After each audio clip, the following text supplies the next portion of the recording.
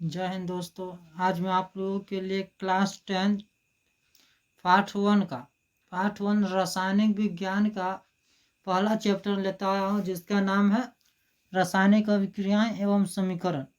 यानी कि रासायनिक अभिक्रियाएं एवं समीकरण से संबंधित विभिन्न ऑब्जेक्टिव क्वेश्चन लेता आया हूँ, जो बोर्ड एग्जाम 2022 में पूछने का चांसेस बहुत अधिक है। इसलिए आप इसको शुरू से एंड तक देखिए।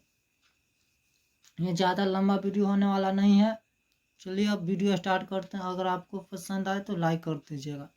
देखिए, पहला क्वेश्चन लिखा गया है, समीकरण 2H2 प्लस O2 अभिक्रिया करता है। देखिए, अभिक्रिया करने का चिन्ह है, तो 2H2O एक कैसा अभिक्रिया, तो यह एक संयोजन अभिक्रिया भी है और संतुलित अभिक्रिया भी। यानी कि जब देखिए यह दो अणु मिलकर एक अणु का निर्माण कर रहा है, तो वह संयोग कर रहा है और यह संतुलित, यानी कि दोनों अणुओं का, सभी अणुओं का, यानी कि इस तरफ का अणु और इस तरफ का अणु को बराबर रहता है, तो संतुलित समीकरण कहते हैं। उसके नेक्स्ट क्वेश्चन है, किसके कारण अम्ल वर्षा, तो किसके कारण अम्ल वर्षा होता है, तो कार्बन मोनोऑक्साइड के कारण अम्ल वर्षा होता है। कार्बन मोनोऑक्साइड के कारण अम्ल वर्षा होता है। CO को कार्बन मोनोऑक्साइड कहा जाता है। उसके नेक्स्ट देखते हैं। उसके नेक्स्ट है, Na2SO4 प्लस BaCl2 अभिक्रिया करता है, तो BaSO4 प्लस 2Na2Cl यह कैसा अभिक्रिया है, तो यह एक द्विविस्थापन अभिक्रिया, क्योंकि इसमें दोनों आपस में अपने अणु को आदान प्रदान कर रहा है। दोनों अपने में, देखिए इसके वाला इसको पास आ जाता है और इसको वाला इसको पास आ जाता है, तो द्विविस्थापन अभिक्रिया कहते हैं। उसके बाद है, Zn प्लस CuSO4 अभिक्रिया करता है, तो ZnSO4 प्लस Cl है, यह Cl लिखा गया। तो यह कैसा अभिक्रिया, तो यह एक विस्थापन अभिक्रिया है, क्योंकि यह सिर्फ ZnCuSO4 से अभिक्रिया करता है, तो Zn यहाँ आ जाता है। तो देखिए यहाँ लिखा गया ZnSO4 प्लस Cl, यह एक विस्थापन अभिक्रिया। उसके नेक्स्ट देखते हैं। उसके नेक्स्ट है, जब मैग्नीशियम फीता को जलाया जाता है तो उत्पन्न आग की लौ कैसा होता है, तो जब मैग्नीशियम फीता को जलाया जाता है तो वह जलता है, तो चमकीला और उजला प्रकाश देता है, चमकीला और उजला पदार्थ उत्पन्न करता है। उसके नेक्स्ट है, रासायनिक अभिक्रिया के दौरान किसी पदार्थ में ऑक्सीजन का ह्रास होना, यानी कि कमी होना, क्या कहलाता है, तो रासायनिक अभिक्रिया के दौरान ऑक्सीजन का कमी होना वो अपचयन कहलाता है। अब इसके नेक्स्ट देखते हैं। लिखा गया है, रासायनिक अभिक्रिया के दौरान किसी पदार्थ में ऑक्सीजन का योग यानी कि ज्यादा होना क्या कहलाता है, तो वह उपचयन होता कहलाता है। यानी कि ऑक्सीजन की कमी होगा तो अपचयन और ज्यादा होगा तो उपचयन कहलाता है। उसके नेक्स्ट देखते हैं, साग सब्जियों का विघटित होना, कंपोस्ट, यानी कंपोस्ट एक खाद का नाम कहा जाता है। कंपोस्ट जब सड़ गल कर बनता है उसे कंपोस्ट कहा जाता है। तो कंपोस्ट बनना किस प्रकार की अभिक्रिया, यानी कि जब साग सब्जी गलता है तो वह किस प्रक्रिया से, यानी किस अभिक्रिया से, तो उसमें छेपी अभिक्रिया के दौरान गलकर कंपोस्ट बन जाता है। उसके नेक्स्ट है,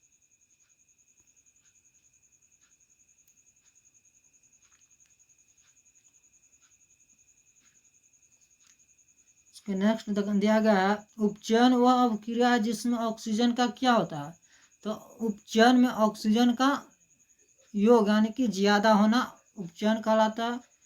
उसके नेक्स्ट देखते हैं। उसके नेक्स्ट है, द्रव्यमान के संरक्षण के सिद्धांत के अनुसार क्या होता है, तो द्रव्यमान के संरक्षण के सिद्धांत के अनुसार द्रव्यमान का नहीं नाश होता है और नहीं निर्माण होता है। तो द्रव्यमान के संरक्षण के सिद्धांत के अनुसार द्रव्यमान का नाश या निर्माण नहीं होता है। उसके नेक्स्ट है, जब लेड नाइट्रेट को गर्म किया जाता है तो NO2 गैस धुआं प्राप्त होता है। धुएं का रंग कैसा होता है? तो धुआं का रंग होता है भूरे रंग का रंग होता है, भूरे रंग का। उसके नेक्स्ट है, पूरा दिखा देते हैं। AgCl सूर्य प्रकाश के उपस्थिति में क्रिया करता है तो 2Ag प्लस Cl2 सूर्य के प्रकाश में यह रासायनिक अभिक्रिया किस प्रकार की है? यानी तो यह अपघटन अभिक्रिया है, क्योंकि यह AgCl एक पदार्थ टूटकर 2Ag प्लस Cl2 का निर्माण करता है। तो यह अपघटन जब टूटता है तो उसे अपघटन कहा जाता है। उसके नेक्स्ट देखते हैं, जिन अभिक्रियाओं में ऊर्जा अवशोषित होता है तो उन्हें क्या कहते हैं? तो जिस पदार्थ में ऊर्जा अवशोषित होता है उसे ऊष्माक्षेपी कहते हैं, ऊष्माक्षेपी कहा जाता है। यानी कि ऊष्मा जो त्यागता है उसे, अवशेष माने कि अपने की ओर खींचता है तो उसे ऊष्माक्षेपी कहा जाता है। अब इसके नेक्स्ट देखते हैं कि अब नेक्स्ट क्वेश्चन है, वे अभिक्रिया जिसमें अभिकारकों के बीच आयनों का आदान प्रदान होता है तो उसे क्या कहते हैं? यानी कि दो आयनों के बीच आदान प्रदान होता है उसे द्वितीय विस्थापन अभिक्रिया कहते हैं। जैसे कि उसमें उदाहरण देकर समझाते हैं। उसके नेक्स्ट है, लोहे की नई वस्तु चमकीली होती है लेकिन कुछ समय तक वायु में छोड़ देने पर उस पर लालिमा युक्त भूरे रंग का परत चढ़ जाती है।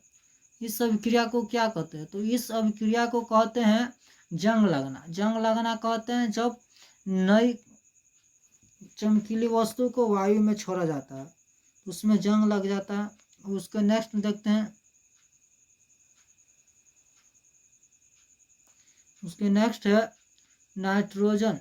नाइट्रोजन कम सक्रिय है अतः इसका उपयोग वसायुक्त पदार्थ के संरक्षण में किया जाता है। तो इसको वसायुक्त पदार्थ को संरक्षण के काम में किया जाता है। उसके नेक्स्ट है, जब कोई पदार्थ विघटित होकर या अन्य पदार्थों से क्रिया कर भिन्न गुण वाले पदार्थों का निर्माण करता है तो उसे क्या कहते हैं? जब कोई पदार्थ विघटित होकर या अन्य पदार्थों से अभिक्रिया करता है तो उससे रासायनिक अभिक्रिया कहता है, और उसका एक गुण जो भिन्न गुण का उत्पन्न करना चाहिए तो वह रासायनिक अभिक्रिया कहलाते हैं। उसके नेक्स्ट है, वे अभिक्रियाएं जो दो दिशाओं में अग्रसर माने कि संपन्न होता है तो वह क्या कहलाता है? उत्क्रमणीय। दोनों दिशाओं में संपन्न होता है उसे उत्क्रमणीय कहा जाता है। उसके नेक्स्ट है, वैसा रासायनिक अभिक्रिया जो एक ही दिशा में अग्रसर यानी कि संपन्न होता है उसे क्या कहते हैं? तो उसे कहते हैं अनुत्क्रमणीय कहा जाता है। जब एक ही दिशा में संपन्न होता है तो उसे अनुत्क्रमणीय कहा जाता है। उसके नेक्स्ट क्वेश्चन है, मैग्नीशियम रिबर का वायु में दहन एक कैसा अभिक्रिया? तो मैग्नीशियम रिबर का एक वायु में दहन एक रासायनिक परिवर्तन है, यह रासायनिक अभिक्रिया भी है। उसके नेक्स्ट भी देखते हैं, किसी पदार्थ की ऑक्सीजन से अभिक्रिया कर जलने की क्रिया को क्या कहते हैं? तो किसी पदार्थ की ऑक्सीजन से अभिक्रिया कर जलने की क्रिया को दहन कहा जाता है। क्या कहा जाता है? दहन कहा जाता है। उसके नेक्स्ट है, ज्वाला एक क्षेत्र है। ज्वाला एक क्षेत्र है जहाँ गैसीय पदार्थ जलकर क्या उत्पन्न करता है? तो वहाँ ज्वाला क्षेत्र में गैसीय पदार्थ जलकर ऊष्मा और गैस प्राप्त करता है, प्रदान करता है। उसके नेक्स्ट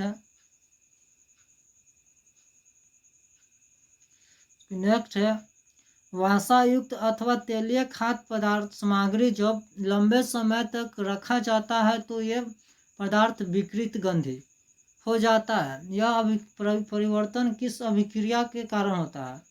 तो उपचयन अभिक्रिया के कारण होता है। और देखिए इसमें 2 नंबर का क्वेश्चन छुपा हुआ है कि विकृत गंधिता क्या कहते हैं? ये विकृत गंधिता 2020 में पूछा गया 2 नंबर का। तो देखिए विकृत गंधिता किसे कहा जाता है?